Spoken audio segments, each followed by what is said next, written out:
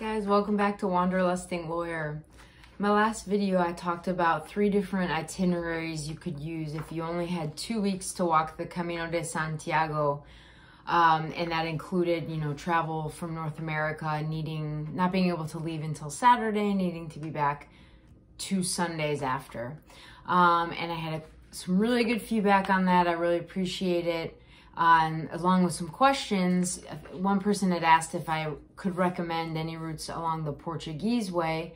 I believe I've heard that that is a doable route in 2 weeks, but I have not walked it myself, so I can't speak to that personally. So the same would probably go for the Camino Primitivo, which goes through the Asturias region of Spain and then passes into Galicia. That's one, in fact, that if I, in the future, if I just have a 2-week period of time, that I'm considering doing myself. But somebody did ask the question, would I be able to do this if I only had 2 weeks and I wanted to start in León? And I thought that was a great idea. I never had really thought about doing 2 weeks, toward the second half of the Camino, I guess, because in my assumptions, if you are only going to go do it once, you'd want to start at the beginning and then finish at the end and kind of see the bookend, get the bookend view of the Camino. And if you knew you were going to be back, maybe you'd want to start in the beginning and then pick up where you left off the next time. But it is a totally viable option to start in León. And so I recalculated the itinerary using my own itinerary, actually. And the only thing I removed from my personal itinerary was a rest day. I'll tell you where I took that, and that way if you do have an extra day built into your travel plans, you can add that rest day where I did, or you can add it somewhere else along the way. So again, just to repeat, this assumes you're flying to Europe on Saturday, you're arriving in León on the following Sunday. So you arrive in Europe Sunday, but you have to get to León that same day. So you probably will want to fly into Madrid. That's going to be your best bet. And then Monday is when you actually start walking. So that Monday, you're going from León to Hospital del Orbigo. And I highly recommend there you stay at albergue Verde.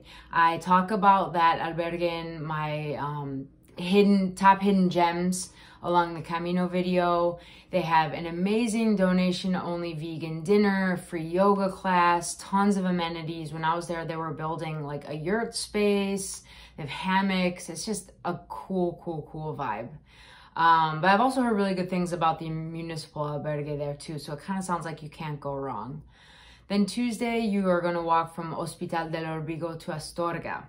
It's a shorter walk, so it's good for a second day. I loved Astorga. That's where I did my final of my 3 rest days on the Camino.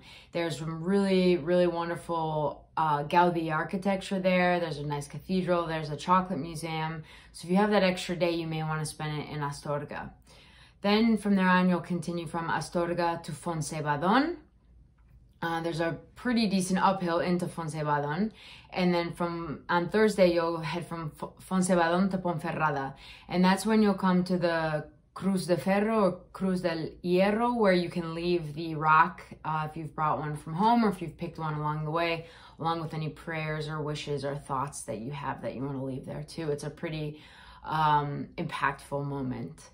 Then you go from Ponferrada, on Friday, Ponferrada to Villafranca del Bierzo, which, as I mentioned before, is one of my favorite cities. So if you don't want to do a rest day in Astorga, you could also do one in Villafranca. It's a little bit of a bigger town. They have some regular hostels and hotels. So if you don't want to worry about only being able to stay one night in an albergue and having to leave by, 8 a.m., could be a good stop as well. Saturday, you go from Villafranca del Bierzo to Ocebreiro. Another good incline there and some gorgeous views as you enter into Galicia.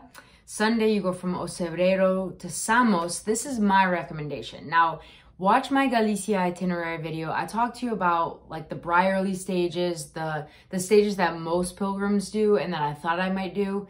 And then I talked to you about what I did, which was to try to stay off the beaten path because I wanted It's not that I wanted solitude necessarily. I just didn't want to be surrounded by the pilgrims that only joined and that for the last 100 kilometers, just because I knew the experience was going to be very different. And it's true, there were big partying groups, lots of teenagers, lots of tour groups. It certainly didn't ruin the experience for me, but I just found it better to kind of stay off the beaten path. And I found that the people I'd seen since the beginning that I maybe had started walking with back in France, they tended to do the same thing, and that's where I started to meet up with people I had lost for weeks.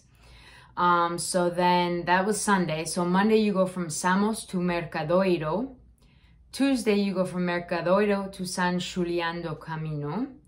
And again, there are tons of little towns and hamlets along the way. Stay wherever you feel like stopping. These are just my suggestions. Wednesday, you go from San Xulian do Camino to Castanyedo, or a little further to Rivadiso, because there's only one really small albergue in Castanyedo, I think it is.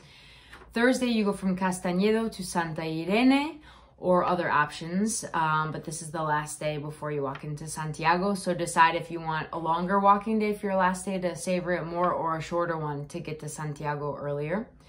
And then Friday, you go from Santa Irene into Santiago de Compostela. Saturday, you travel back to Madrid or Barcelona or Paris, wherever you need to be to then position to fly home Sunday. So you can also start in Astorga. If you don't want to start in León, the walk out of León to start your Camino is definitely not the prettiest. There's a lot of highway walking. I actually appreciated it because my feet, I had some bad blisters then, and so rocks and cobblestone in some other areas had been pretty tough on my feet.